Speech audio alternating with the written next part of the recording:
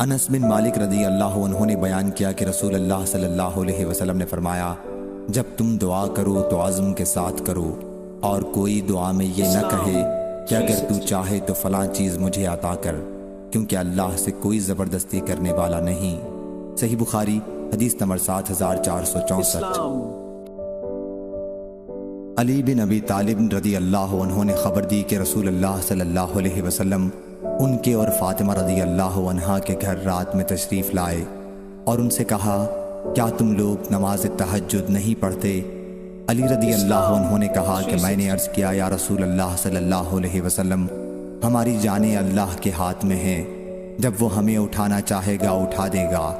جب میں نے یہ بات کہی تو آن حضرت صلی اللہ علیہ وسلم واپس چلے گئے اور مجھے کوئی جواب نہیں دیا، البتہ میں نے آپ کو واپس جاتے وقت یہ کہتے سنا، آپ اپنی ران پر ہاتھ مار کر یہ فرما رہے تھے کہ انسان بڑا ہی بحث کرنے والا ہے۔ صحیح بخاری حدیث نمبر 7465۔ ابو ہریرہ رضی اللہ عنہ نے بیان کیا کہ رسول اللہ صلی اللہ علیہ وسلم نے فرمایا، مومن کی مثال کھیت کے نرم پودے کی سی ہے کہ جدھر کی ہوا چلتی ہے تو اس کے پتے ادھر ہی جھک جاتے ہیں، اور جب ہوا رک جاتی ہے تو پتے بھی برابر ہو جاتے ہیں۔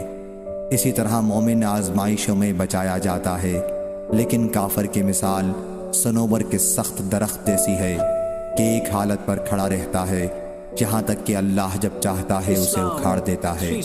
صحیح بخاری حدیث نمبر 7466۔